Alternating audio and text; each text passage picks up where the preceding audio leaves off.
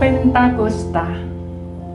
Kisah Rasul pasal 2 ayat 1 sampai dengan 13. Ketika tiba hari Pentakosta, semua orang-orang percaya berkumpul di satu tempat. Tiba-tiba turunlah dari langit suatu bunyi seperti tiupan angin keras yang memenuhi seluruh rumah di mana mereka duduk. Dan tampaklah kepada mereka lidah-lidah seperti nyala api yang bertebaran dan hinggap pada mereka masing-masing. Maka penuhlah mereka dengan Roh Kudus. Lalu mereka mulai berkata-kata dalam bahasa lain, seperti yang diberikan oleh Roh itu kepada mereka untuk mengatakannya. Waktu itu di Yerusalem diam orang-orang Yahudi yang saleh dari segala bangsa di bawah kolong langit. Ketika turun bunyi itu, berkerumunlah orang banyak. Mereka bingung karena mereka masing-masing mendengarkan rasul-rasul itu berkata-kata dalam bahasa mereka sendiri. Mereka semua tercengang-cengang dan heran, lalu berkata, bukankah mereka semua yang berkata-kata itu orang Galilea? Bagaimana mungkin kita masing-masing mendengar mereka berkata-kata dalam bahasa kita sendiri, yaitu bahasa yang kita pakai di negeri asal kita. Kita orang Partia, Media, Elam, penduduk Mesopotamia, Yudea dan Kapadokia, Pontus dan Asia, Frigia dan Pamfilia, Mesir dan daerah Libya yang berdekatan dengan Kirene. Pendatang-pendatang dari Roma, baik orang Yahudi maupun penganut agama Yahudi, orang Kreta dan orang Arab. Kita mendengar mereka berkata-kata dalam bahasa kita sendiri tentang perbuatan-perbuatan besar yang dilakukan Allah. Mereka semua tercengang dan sangat termangu-mangu sambil berkata seorang kepada yang lain, apakah artinya ini? Tetapi orang lain menyindir mereka sedang mabuk oleh anggur manis.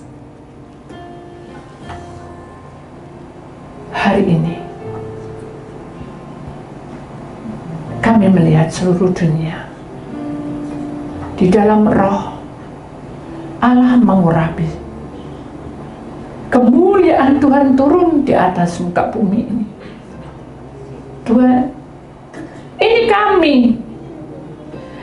siap Tuhan, dan sentuh kami agar kami sungguh-sungguh tahu kehendak-Mu.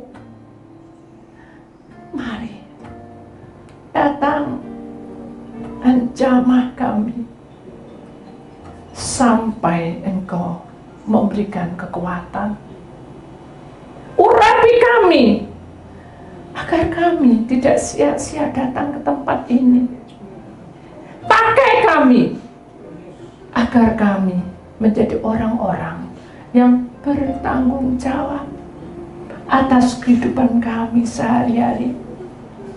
Baik kepala imam, seorang ibu rumah tangga, dan juga anak, mantu, cucu. Dan berkatilah Tuhan pekerjaan kami.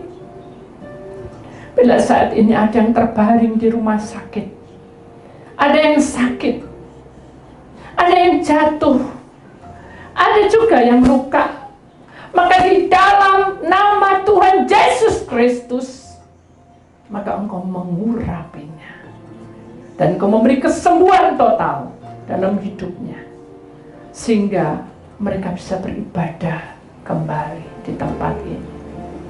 Sekarang tangan-Mu turun menumpang di atas kehidupan mereka. Di dalam nama Tuhan Yesus Kristus, maka kami siap Tuhan untuk mendengarkan firman-Mu. Dan kami sudah mendengarkan kronologi tentang firman-Mu. Hari ini juga Engkau yang akan berbicara. Pakai lidah bibir hamba-Mu, dan sebentar kami mendengar dan menyaksikan film Tuhan. Biar Engkau juga menyentuh hati kami. Dalam nama Tuhan yang percaya, kita sama-sama berkata, amin. Beri kemuliaan Tuhan, saudara. Silakan duduk, kita akan menyaksikan filmnya.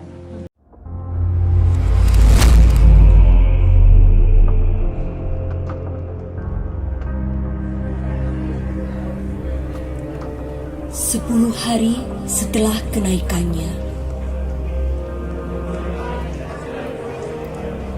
ratusan orang pergi ke Yerusalem untuk merayakan hari Pentakosta.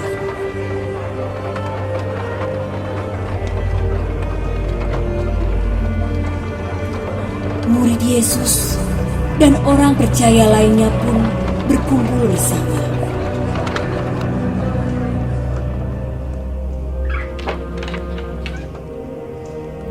Di suatu tempat dalam sebuah rumah,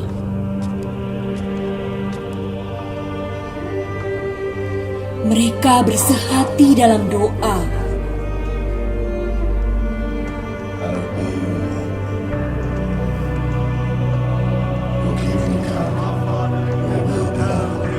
Menunggu janji Yesus akan hadirnya Roh Kudus.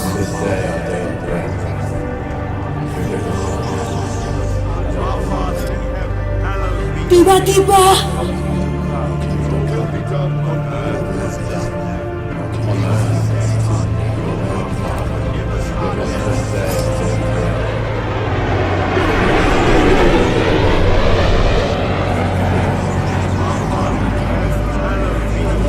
turunlah dari langit suatu bunyi yang memenuhi tempat itu.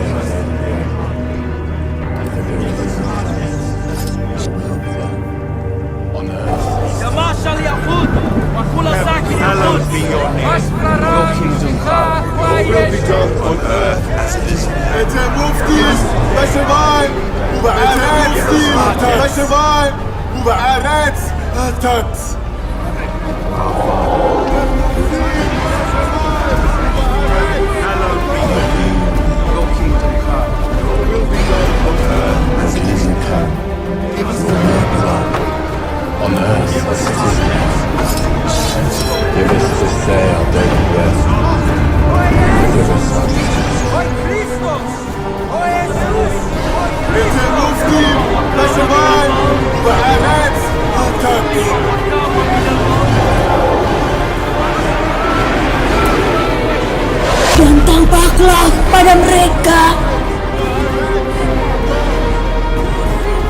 lidah api yang bertebaran dan hinggap pada mereka. Mereka berkata-kata dalam bahasa lain. Maka penuhlah mereka dengan Roh Kudus.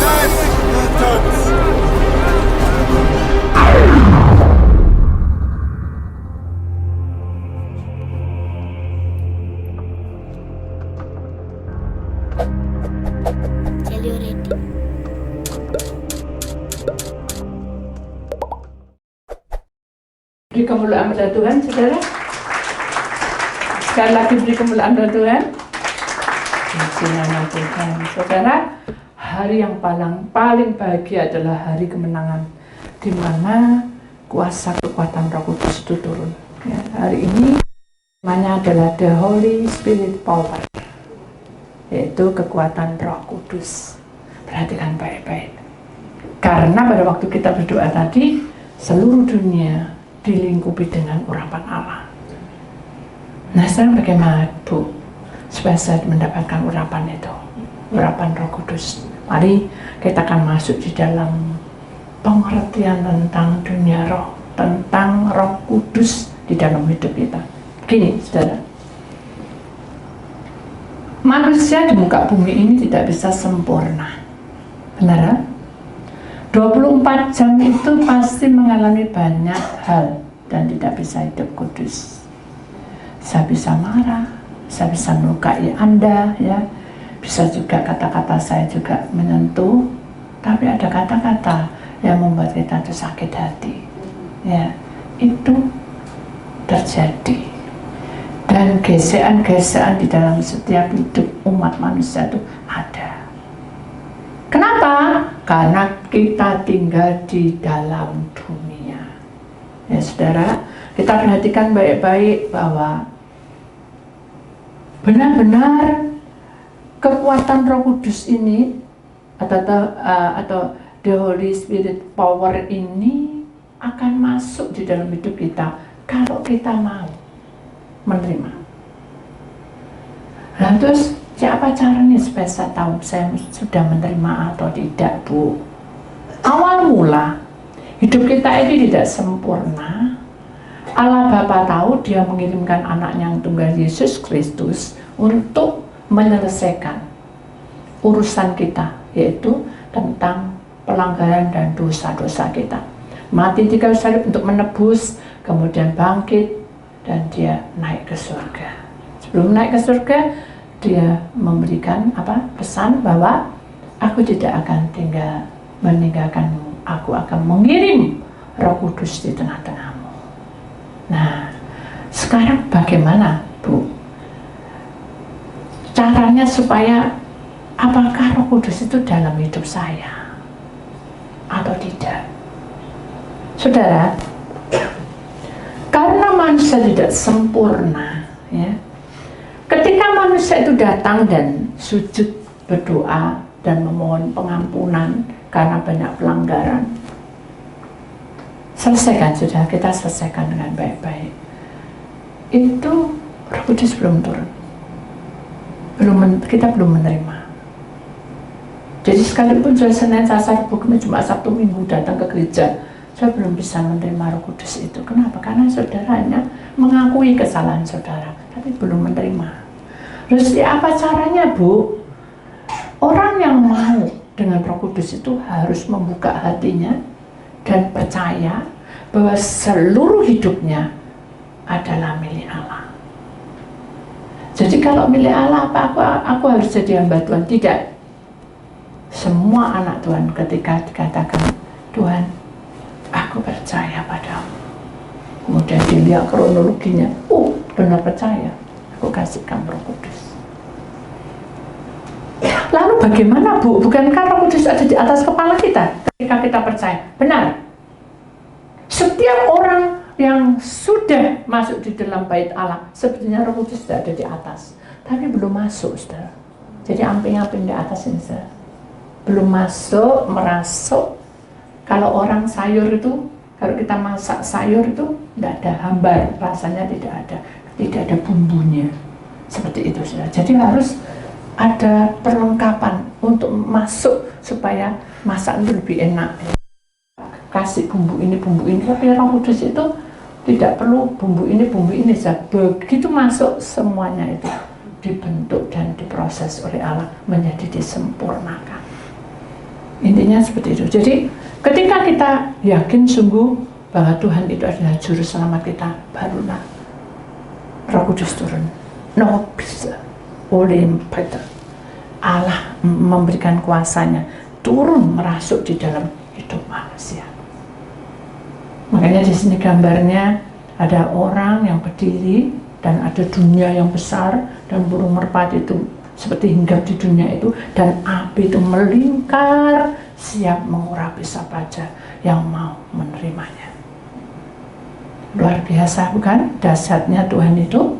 Tapi kita harus perhatikan baik-baik, saudara, karena kehidupan kita ini harus tahu rencana Tuhan itu apa di tengah-tengah hidup kita, supaya perjalanan kita sebagai anak-anaknya itu diurapinya, ya, diberkati. Kita akan lihat di dalam Roma pasal 15 ayat 13.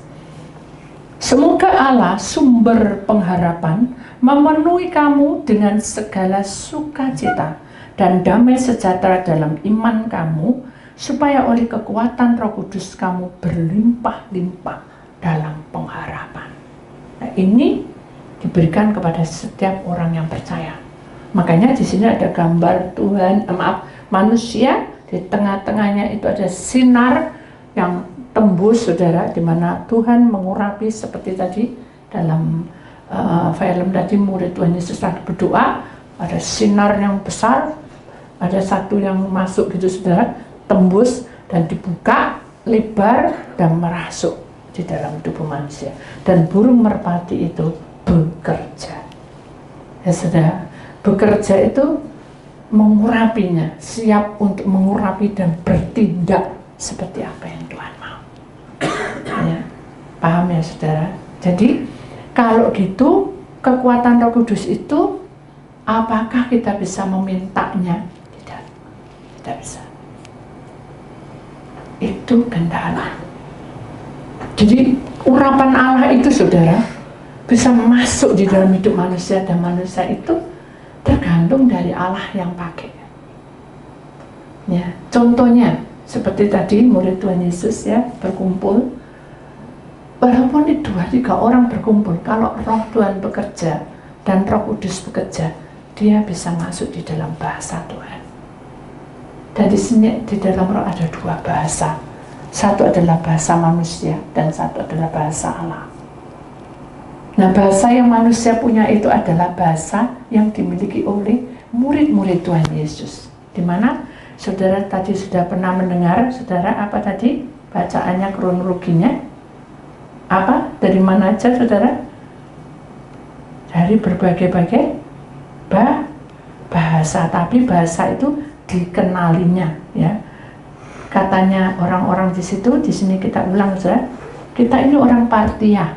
Loh, kok tahu bahasaku? Aku jadi paham apa yang kamu bicarakan. Terus nanti ada orang media, loh, kok tahu bahasa media? Itu bahasaku.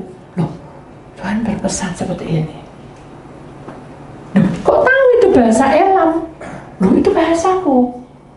Itu bahasa manusia, tapi diurapi oleh Allah sehingga bahasanya itu orang yang memiliki, ya, bahasa itu. Mama, kalau kita di Indonesia ada bahasa Jawa, ya. Kalau kita di bumi yang lebih luas ada bahasa Inggris, bahasa Cina, gitu, sudah. Jadi dari bahasa itu, orang yang betul-betul dari Cina waktu itu menyaksikan, dia tahu arti dari kata-kata bahasa Cina. Padahal murid-murid Tuhan Yesus tidak les bahasa Cina. Intinya seperti itu. Jadi urapan Allah itu bekerja dalam kehidupan murid-murid Tuhan Yesus, memakai bahasa-bahasa mereka, dan mereka bisa mengerti. Ternyata Allah ingin kita itu memuji dan memuliakan nama Allah. Dia bisa tahu artinya, karena bahasa itu memang bahasa dia. Kita mengerti itu. Oh, berarti Allah itu begini-begini. Jadi bahasa roh yang diberikan oleh Tuhan, Roh Kudus itu adalah bahasa yang sebetulnya tidak sulit dan tidak sukar. Kalau memang Tuhan izinkan berbagai-bagai bahasa dari seluruh dunia, itu akan terjadi. Itu yang dinamakan bahasa Roh Kudus yang betul-betul Tuhan berikan kepada kita. Lalu bahasa yang kadang kita tidak mengerti. Dan saya juga tidak mau mengikuti bahasa seperti ini, seperti itu. Saya tidak mau menilai mereka begini begitu. Tapi yang penting, kalau bahasa dari Allah, saudara perhatikan, itu bisa diterjemahkan, saudara. Paham ya? Jadi kalau bahasa dari Allah itu nanti dia akan memperjemahkan. Dan ada juga umpamanya saya ini kumpulan gini ya, yang di sini bahasa roh dari Allah, ya. Lalu yang di sana itu nanti memperjemahkan. Jadi kita semua tahu.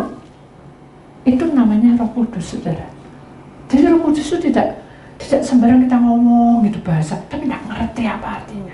Itu bukan seperti itu. Jadi kita itu salah, karena kita salah kaprah. Kalau orang bilang kita ikut, gitu. Padahal bahasa yang Tuhan inginkan itu adalah bahasa hanya 2 bahasa. Bahasa yang manusia punya, yaitu dari berbagai bangsa, dan bahasa yang Tuhan berikan ada bahasa yang kita tidak mengerti, tapi ada yang memperjemahkan. Intinya seperti itu. Jadi kita ngerti maksudnya Tuhan itu apa. Paham ya saudara? Loh, sekarang gini Bu, aku tuh dengar. Suatu ketika aku dengar dengan temanku sendiri, bahasanya tuh panjang lebar 1 jam, tapi aku nggak ngerti. Terus tak tanya, kamu tadi bahasa apa? Aku nggak ngerti. Tapi aku merasa ada satu kekuatan, aku sangat gemetar, pokoknya seperti itu. Dan berkata, itu bukan seperti itu yang Tuhan mau. Karena bahasa Tuhan itu selalu indah, tenang, teduh, dan nyaman didengar, dan tidak yang aneh-aneh. Nah itu sudah. Jadi kalau kita tahu bahwa kekuatan Roh Kudus itu sebetulnya adalah power hidup kita, supaya kita tahu kehendak Allah itu seperti apa di dalam hidup kita, dalam kita itu mengiring Tuhan, itu untuk demi kemajuan kita ke depan, dan ada juga demi kemajuan kita untuk masa depan kita, seperti itu. Jadi dengan kekuatan Roh Kudus ini kita tahu dan paham benar bahwa sesungguhnya di hari Pentakosta ini Tuhan menginginkan hidup kita ini betul-betul sesuai. Semakin kita mengerti, semakin hadirat Tuhan turun, semakin kita dewasa. Jadi kita bisa tahu. Hanya saya berdoa sama Tuhan, terus yang teman saya yang 1 jam itu tadi sampai kayak gitu, aku juga nggak ngerti, saya juga nggak ngerti, tak tanya juga nggak ngerti apa yang saya lakukan. Tuhan tidak menghakimi, saudara. Oh itu salah, oh itu sesat. Tidak. Tuhan hanya berkata begini, nggak apa-apa. Mungkin dia tertransfer dengan sebelahnya. Kata Tuhan, kamu lihat aja kehidupannya. Maksudnya Tuhan, apa yang dia lakukan dalam hidup sehari-hari? Maksudnya, lihat aja, aku akan singkapkan. Singkap masa? Kita bukan mengeker orang, tapi disingkapkan. Bagaimana menjadi anak Tuhan berbahasa roh kalau dia tidak pernah berdoa? Halo? Tidak pernah apa? Berdoa. Bagaimana dia menjadi anak Tuhan yang diurapi dengan bahasa roh kalau dia suka meso-meso? Tahu meso-meso? Kata binatang yang keluar. Ida, Ohina, katanya, apakah aku bisa hadir di situ? Halo? Bisa? Tidak bisa. Loh, bisa toh Bu? Ketika kerumunan gini kan roh Tuhan hadir. Benar. Tapi Tuhan tidak memandang hanya sesaat aja kamu tak urapi terus hidupmu kacau. Tidak mau. Begitu Roh Kudus turun dan mengubah hidup orang itu, hari demi hari dia akan lebih diwujudkan untuk menjadi milik Tuhan. Amin. Beri kemuliaan kepada Tuhan, saudara.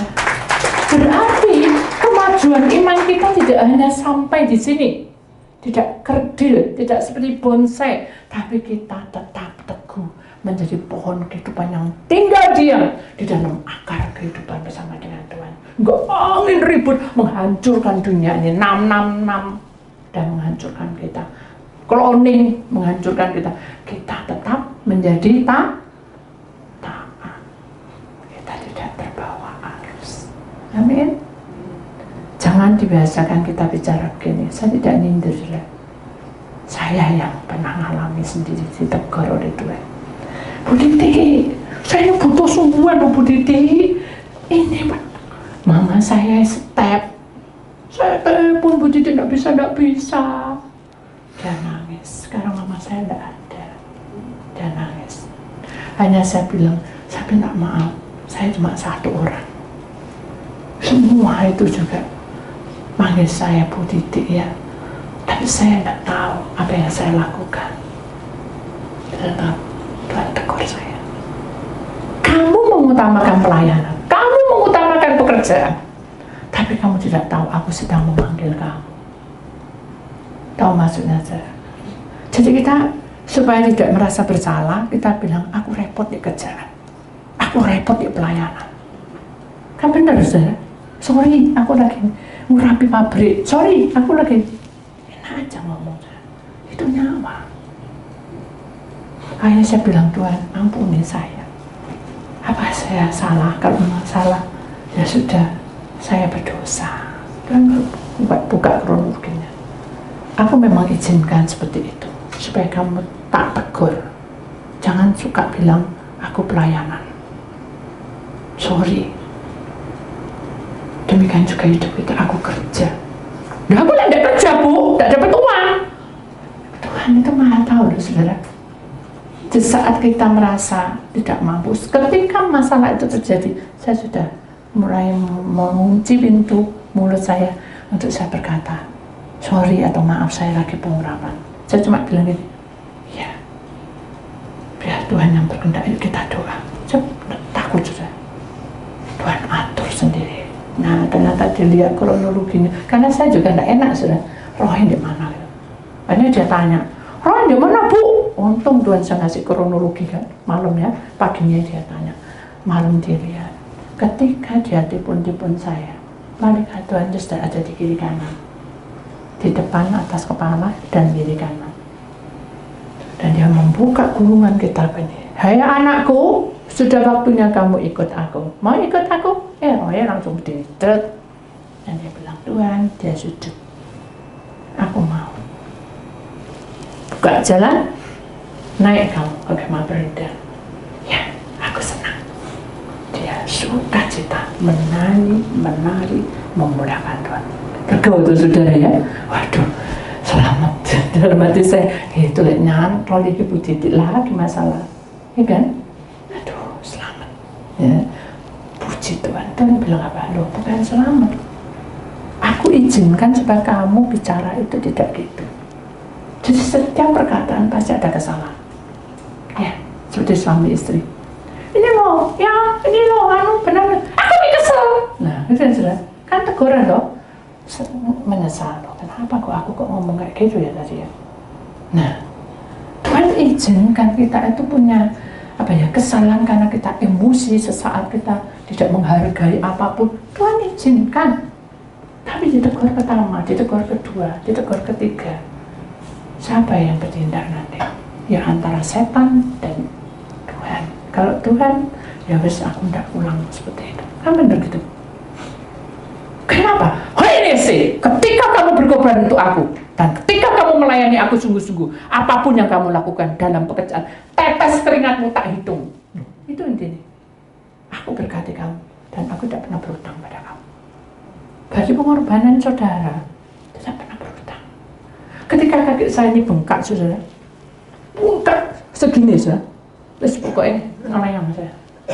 Saya itu cuma hanya berjalan terus karena belum selesai ibadahnya. Ya, saya tidak mau mengeluh. Saya hanya menangis nanti. Pelinu Tuhan, sakit. Dalam hati tuh. Tapi orang lain bisa melihat. Bukan saya suruh, kok gitu. Saya tidak mau, saya takut. Tapi orang lain melihatnya. Loh, kok kayak gini toh? Wah, kamu tuh benar-benar hebat. Saya tidak hebat, saya tidak punya apa-apa kok. Ayo, malam saudara. Orang itu seperti dilayani, kasih air panas, orangnya sendiri yang masak, bukan pegawainya. Saudara sudah jam 2, jam 1, tidur semua, angkat-angkat dari bawah ke lodeh. Bayangin, siapa yang menggerakkan? Tuhan, Roh Kudus bicara. Nah, yang dikatakan kekuatan Roh Kudus itu bukan bahasa yang tidak dimengerti, tapi bahasa yang membuktikan baiknya aku berkorban untuk Tuhan. Begitu ditaruh, turun lagi ambil garam. Begitu lari, garamnya bukan garam halus, turun lagi saja. Gembola kembali, tapi dia tetap dengan senyum wajah gembira. Terus kumen. Jatuh, dah nanti tidur, lagi. Saya naik, saya ngomong, sudah, masa saya mau bilang, saya ngomong, apa-apa. Sama dengan kita, saya repot aku, tidak bisa. Jangan hitung-hitungan sama Tuhan.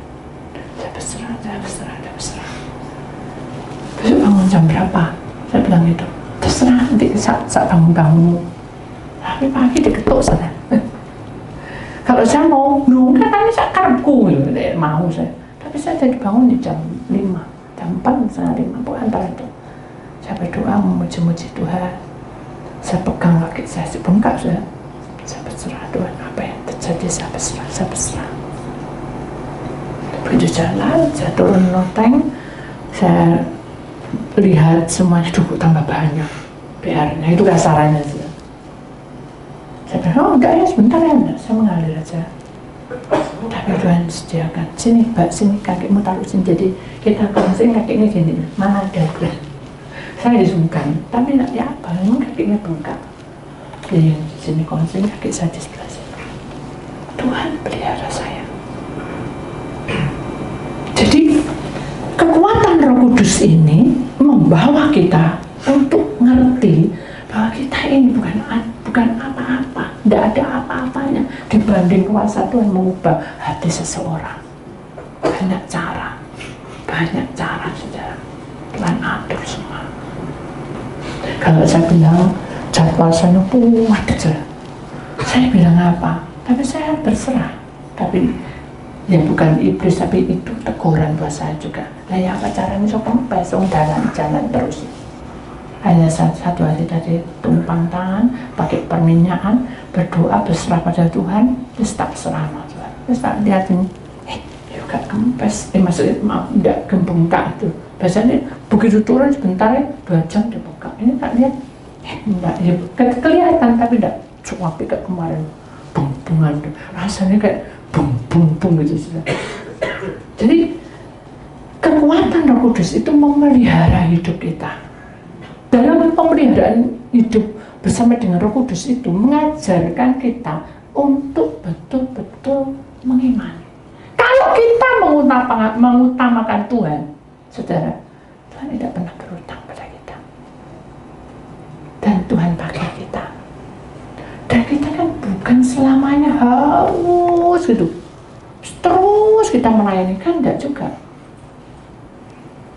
Tapi kalau saya mau hitung-hitungan terus jam ini dia pun dia pas ini ada roh ya, akan tidak ketransfer saya.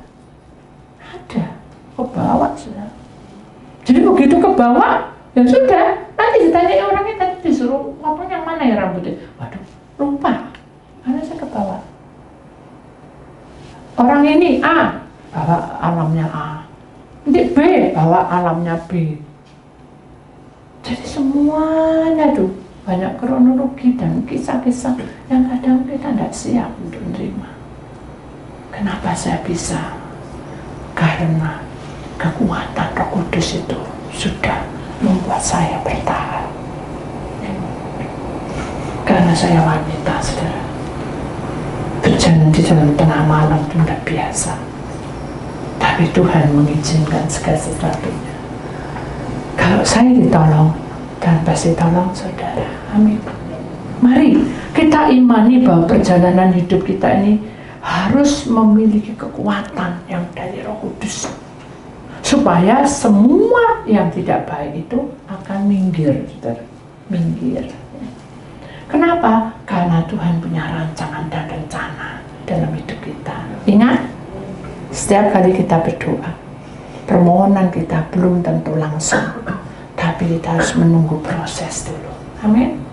Jadi saudara harus terbiasa dengan apa yang kita hadapi. Mungkin buat kita bertolak belakang. Ketika saya sampai di bandara, saudara, harapan saya itu tenang, tapi saya seperti kayak orang bingung. Keliling keluar masuk di tempat bandara itu sudah hampir 10 kali. Sampai orangnya tuh kayak pikir saya bingung, loh ibu itu mau kemana? Surabaya. Ngapain? Ini loh bu, ibu itu apa? Pesawatnya itu di sini loh bu. Sampai diterangkan gitu, sedetilnya. Bukan itu yang tak pikir, tapi kan tidak mungkin saya bilang, bukan itu yang tak pikir pak, kan bukan gitu. Saya ini bawaan saya itu besar banget. Jadi yang tadinya cuma 1 koper itu beranak menjadi 2. Jadi 3 itu penuh full. Akhirnya saya bilang gini, Tuhan ini ya apa Tuhan? Ya apa ini Tuhan? Saya pasrah. Yes, berserah aja sama Tuhan. Berserah aja sama Tuhan.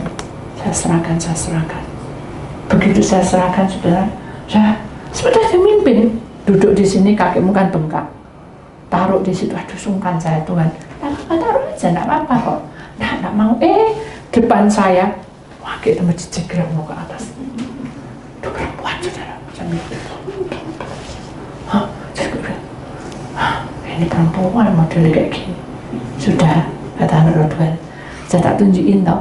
Ya Tuhan, sudah. Kamu sopan mana sama kamu? Ya sopan saya. Oh saya dinekno gini toh. Itu sampai cekrek. Untung-untung nggak kelihatan, itu intinya gitu. Ya sudah, taruh. Begitu taruh, sudah tarik itu tasmu. Ditonton saudara. Kekuatan Roh Kudus akan menuntun kita supaya kita tidak bingung. Bahwa jadi 3 saudara bisa jadi 1 saudara. Percaya nggak? 3 jadi 1. Koper 1 sama 1 bungkusan. Akhirnya saya bingung. Ini kira-kira berapa ya? 20 kilo kan enggak ya? Nah, saya bingung keliling itu, bingung keliling itu. Akhirnya Tuhan bilang, kok enggak capek kamu keliling itu? Iya Tuhan, kok enggak tanya aku? Itu maksudnya gitu sih. Kalau kita mendahului Tuhan, Tuhan biar no. Tapi kan Tuhan kasih, ditegur kita, enggak capek dah kamu? Iya capek. Ya tanya toh. Ya, kenapa kok enggak tanya itu? Tanya akhirnya. Pak, Bapak tahu tak Pak, timbangan, ada enggak timbangan di sini?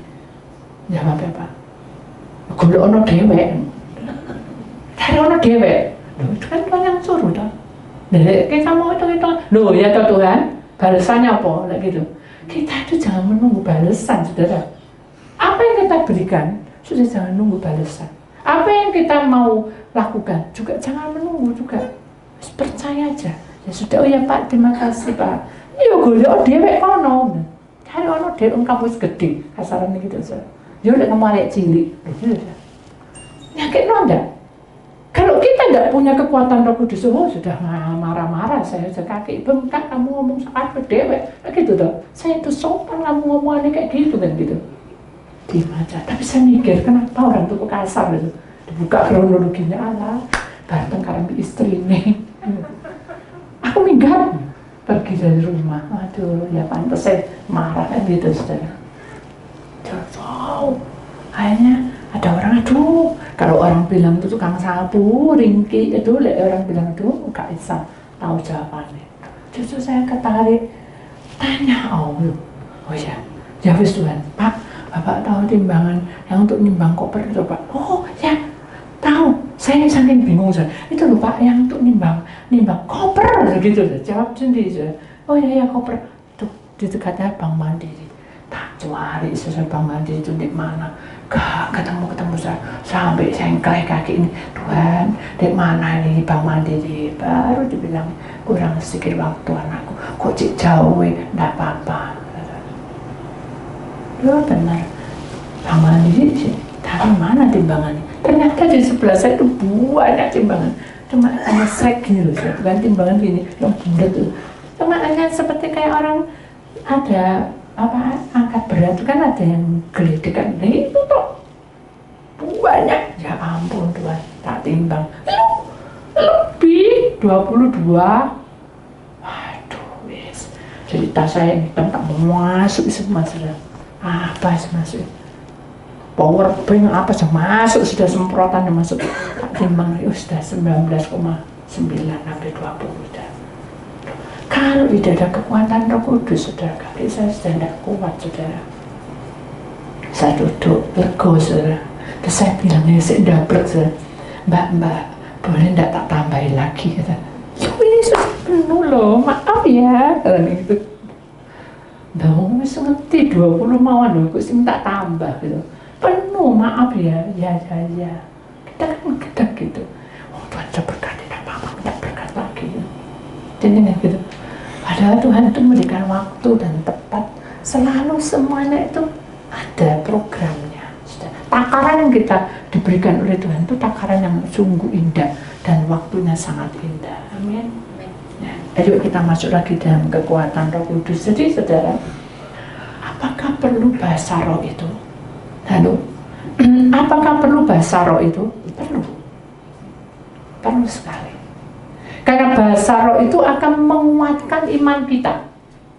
Bahasa roh itu akan membuat kita itu bukan menjadi power yang kamu pinter bahasa roh, enggak. Bahasa roh itu akan membawa kita dalam pengurapan, mengubah cara hidup kita yang lama menjadi baru. Amin. Jadi hidup kita makin disempurnakan, makin indah dan makin nyata, semakin kita tahu bahwa rencana Tuhan itu akan siap menjamah hidup kita. Kenapa? Karena Yesus adalah segala-galanya. Yesus itu paling besar. Dia berkuasa atas hidup kita. Dia tahu segala apa yang kita punya. Bahkan kita tahu bahwa Dia sangat mencintai kita. Buktinya apa, Bu? Dari hidup kita yang dahulu. Saudara, perhatikan baik-baik. Jangan menengok ke belakang. Ya, dari kehidupan kita yang dahulu sebelum mengenal Tuhan, kita bisa masuk ke tempat surga apa saja. Dan kita tahu tempat surga enggak? Halo? Gak tahu dong saudara? Betul enggak? Halo? Gak tahu saudara caranya masuk surga? Kita harus kasih, mengampuni, enggak ada. Yang ada adalah kerja dan cari uang. Tapi hukum kasih Tuhan tidak ada, tidak berlaku. Bisa masuk surga? Halo? Tidak bisa. Oh, aku berbuat baik, bisa masuk surga? Berbuat baik? Tidak bisa, kurang lengkap, saudara. Perlengkapan yang Tuhan berikan adalah kekuatan Roh Kudus mengubah pola hidupmu menjadi disempurnakan. Ketika suami saya cuci darah, saudara, itu kesaksian hidup saya. Saya itu selalu menangis setiap kali melihat darah. Dan saya memberanikan diri menumpang tangan di tempat darah itu. Tuhan, jadikan ini darah, kuduskan dan layakkan. Jadikan suami saya milik. Oh, sungguh saya tidak mau. Saya mau kehendak Tuhan yang jadi. Kalau itu menjadi kesembuhan, tidak apa-apa. Ternyata benar, saudara. Ada 5 kali kuasa mujizatnya terjadi. Dan itu betul-betul kekuatan Roh Kudus, saya percaya. Karena saya orang biasa, tidak kaya, dan tidak punya uang banyak. Tapi Tuhan ajarkan saya supaya dari awal kejadian saya harus belajar untuk menabung. Jadi mari saudara, ini Krismon sudah mulai jalan. Ini masa ini terus jalan, ekonomi ini mulai goncang-goncang. Tolong ikat pinggangmu dan tabung mau sedapatmu. Yontek Bu, wesan, kerja bayar itu. Saudara, nyimpen uang tuh enggak perlu em-eman. Halo? Kalau kita tidak punya uang, nyimpen apa adanya, saudara. Karena dengan uang apa adanya itu ada uang berkat. Itu ada uang hak sulung. Saya dulu ngasih, saudara pasti tertawa. Dari awal itu saya cuma ngasih berapa, saudara? Dari zaman dulu 5.000, 2.000, 1.000, itu saudara. Itu saya lakukan, dapat 500 rupiah, tak masuk. Jadi dari kekuatan Roh Kudus inilah saya bukan menyampaikan, saya menjadi ngerti. Oh, Tuhan ngajari saya ini karena untuk ini. Kalau saya mau hitung-hitung, loh ini uangku loh, buat apa? Tidak usah, tidak bisa, saudara. Karena dia adalah suami saya. Loh, tapi kan benceng loh, biarin. Itu ada sesuatu yang membuat saya seperti itu. Itu kalau tidak kekuatan Roh Kudus, secara logika saya tidak kuat. Dan secara roh, saya rela. Dengan terus berjalan dengan berangsur-angsur sampai dokter sendiri loh, saudara, saya ingat betul itu. Kamu mau tak sembuh? Ya. Wes ndang Cina. Wes tangkok ginjal beres. Terus saya tanya, berapa ongkosnya? Ya mesti berkatalah M. Duit siapa Pak? Kalau logika, dok uangnya siapa kan gitu. Ya jual aja mobil-mobilnya itu. Loh, kalau orang bilang tuh enak gitu. Tapi itu membuat saya jadi bukan berontak, kok kayak gitu. Itu intinya. Jadi ketika kita jatuh, saudara, orang tidak akan peduli dengan kita. Catat itu. Ketika kita punya sakit, suami saya sakit, tidak. Punya di sini. Kamu tidak boleh memandang manusia. Kalau kamu memandang manusia, kamu akan luka batin. Oh, kayak kualat pantesan loro. Oh, pantes nggak mau ngurungokno ambek nyonyai, pantesan dia sakit. Itu dia kasih mujizat 5. Kenapa dia tahu? Karena saya saksi. Dan saya tegur orang itu. Nggak perlu ngomong kayak gitu.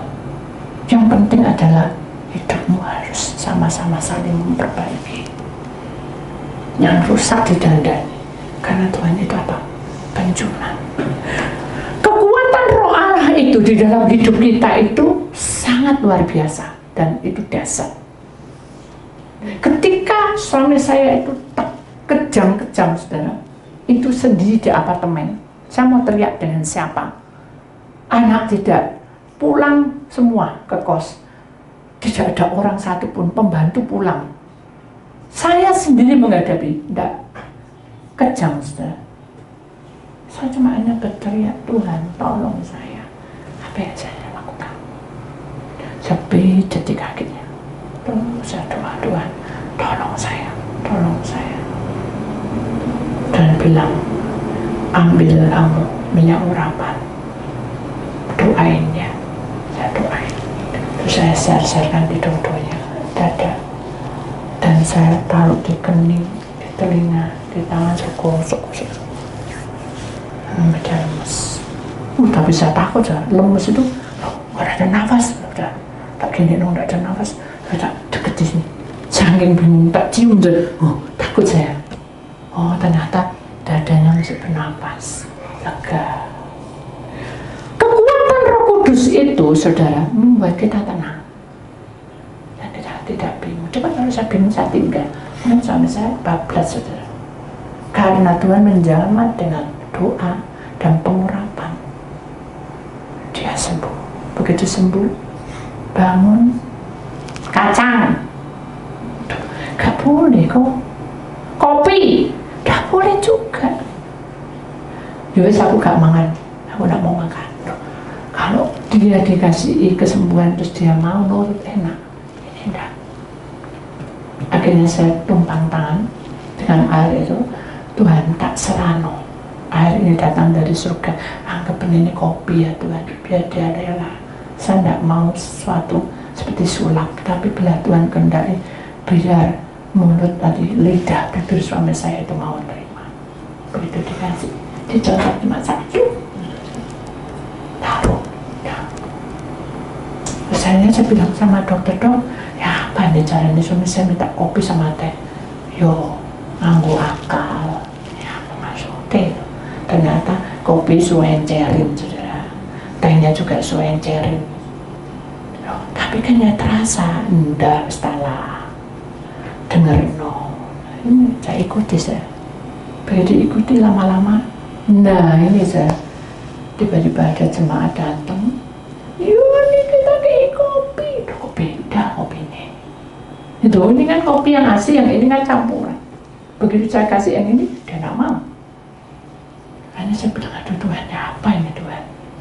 Tuhan bilang, nggak apa-apa, aku buat dia tidur. Tidur saya. Jadi kekuatan Roh Kudus itu bicara tentang kehidupan kita ke depan dalam satu proses di mana kita itu mengalami banyak goncangan. Apa? Mengalami apa? Banyak goncangan. Ekonomi, sakit penyakit, dan juga masalah itu. Ingat, kekuatan Roh Kudus ini meminta kita untuk turun, urapan Allah bekerja di tengah-tengah kita. Amin. Kita akan selesaikan, saudara, dengan dengan kata-kata, saudara, beberapa kata-kata, tapi kata-kata ini indah. Izinkanlah Roh Kudus mengisi kehidupan kita sepenuhnya dengan kekuatan, kebenaran, kehangatan, dan pengharapan yang menyatu dalam tubuh dan jiwa. Apa diizinkan apa di sini? Apa? Roh Kudus mengisi kehidupan. Supaya apa? Pengharapan kita ke depan itu ada jawabannya. Amin. Amin. Jadi jawabannya bukan dari hambanya, Bu Titi, kira-kira ya apa? Oh, saya bukan dukun. Ya, saya bilang mengalir aja, ya. Karena Tuhan yang bertindak, bukan saya. Saya yang mendoakan. Seperti burung merpati ini, dia punya tugas untuk mengurapi setiap orang yang mau. Dan sekali saat ketika dia masuk dan masuk dalam darah dan daging kita, tubuh dan roh jiwa kita, maka kita mengalami kebangunan rohani dengan bahasa yang kita tidak mengerti. Amin. Mulai saiki gak usah bahasa enggak juga. Itu hakmu dengan Tuhan. Bilang sama Tuhan, Tuhan, kalau Engkau izinkan aku berbahasa seperti ini, izinkan aku untuk berani untuk berbahasa. Amin. Jadi tidak hambar hidup kita. Amin. Kita sadar bahwa kekuatan, kebenaran, dan kehangatan pengharapan itu akan menjadi bagian kita. Amin. Kita sadar bahwa kekuatan Roh Kudus itu akan mengubah dan membentuk hidup kita. Kesukaran kita, Tuhan ikut campur tangan. Masalah kita, Tuhan buka jalan. Persoalan kita, Tuhan memberikan sesuatu solusi yang baik. Amin. Kita imani, saudara. Jangan menunggu. Kita berserah. Amin. Saya menjadi hamba Tuhan itu, sebetulnya saya tidak menunggu. Cuma saya tidak punya power. Karena saya tidak pintar omong, saudara. Saya itu tidak pandai bicara. Ya. Ketika saya ada di bandara dan saya betul-betul mengalami sesuatu yang membuat saya shock, saudara. Tapi saya tahu, saya diizinkan untuk menjadi pemberani. Kaki dinaikno atas semua, saudara. Diizinkan semuanya terjadi. Mengapa Tuhan tidak izinkan saya untuk lebih tenang menghadapi semua persoalan itu? Saya lebih harus bisa seperti itu, saudara. Mari kita juga mengimani bahwa jalan kita itu adalah milik Tuhan. Ada satu pengertian, saudara. Suatu ketika saya ketemu dengan sahabat saya yang masih SD. Dia tuh dia tidak lupa suara saya, tapi dia melihat keadaan saya, dia lupa, ragu-ragu.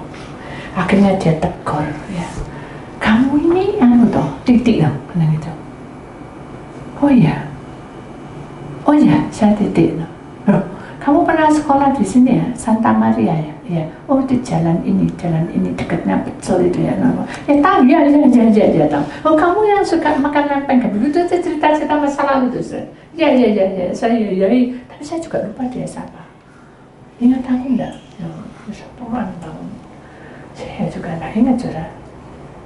Tak tahu. Aku ini sakit itu loh. Sing benci satu kelas. Ya. Nah, baru ingat saya, oh ya, namanya Ningsih. Saya ingat. Dia selalu dikucilkan teman-teman karena dia punya asma. Mungkin dia ngomong gitu. Dia ada seperti kayak suara yang mengiur gitu. Sumpah tidak suka baunya, agak amis. Jadi kalau dekat sama kita dekat sama dia tuh dari jarak berapa tuh bau kulitnya tuh amis. Terus saya kasihan dengan dia. Akhirnya saya sering berteman dengan dia. Apa itu kalau dia pas batuk itu masih bukan batuk, keselak tuh sudah tuh dia tidak bisa nafas, sudah. Dan mesti pakai seperti dari dokter itu. Gitu. Saya bantu dia. Ingat enggak kamu? Ya ingat. Tapi saya tidak pun tak bantu enggak, saya ya ingat. Wah, kamu sekarang kelihatan beda yang mentereng kan gitu. Saya bilang saya enggak ada apa-apa, saya biasa aja. Cuma kelihatan sudah berbeda, tadi kan kurus, sekarang gendut. Enggak, kamu beda. Lebih baik kamu seperti ini daripada dulu kayak jalangkung begitu. Kamu kecil gitu, kurus. Nah, dari situlah dia bicara, hanya ada ngomong gini, hanya kita doakan dan Tuhan lepaskan kan ada sesuatu. Dari situlah malamnya Tuhan bicara, hambaku, ya, aku ini sudah menurunkan Roh Kudus pada mereka, tapi kekuatan Roh Kudus belum masuk semua. Loh, kok bisa gitu Tuhan? Karena tidak ada power, tidak ada sesuatu yang mengubah hidup orang itu. Sampaikan pada hamba dan sampaikan kepada jemaat, anak-anakku, hidup yang dipenuhi dengan kekuatan Roh Kudus harus ada perubahan. Dan yang mengharuskan itu bukan kita. Aku harus berubah, Tuhan yang mengubah. Amin. Amin. Kita siap. Mari. Ini suasana di bumi ini sudah dilingkupi dengan kemuliaan Tuhan. Mari kita menyembah dan memuji Tuhan. Amin. Kita katakan pada Tuhan bahwa Tuhan cinta kita. Katakan pada Yesus bahwa segala sesuatunya adalah milik Yesus. Biar dia jamah kita. Amin. Biar hidup kita menjadi kudus sesuai dengan kehendak Allah. Amin. Mari saudara, kita imani dan kita akan memuji Tuhan. Firman Tuhan sampai di sini. Karena kemuliaan Tuhan akan membakar hidup kita. Api itu bukan api yang sesungguhnya, tapi api dari kemuliaan Tuhan menyinari hidup kita. Dan kita pulang membawa bekal dari Tuhan. Amin. Apa sih Bu istimewanya setelah kekuatan Roh Kudus itu menghinggapi, membakar hidup kita? Semuanya menjadi indah. Amin. Kita dibentuk dan kita punya hikmat yang dari surga yang betul-betul kita Allah. Oh, begini. Kita minta supaya Tuhan turunkan urapan itu untuk kita dan masa depan kita. Amin. Kita imani. Itulah firman Tuhan. Mari kita akan masuk di dalam satu pujian, saudara. Dan pujian ini mengingat kita. Katakan Yesus terbesar. Karena dia bisa menyembuhkan dan mengampuni. Dan dia bisa memberi pertolongan. Dan dia bisa mengubah hidup kita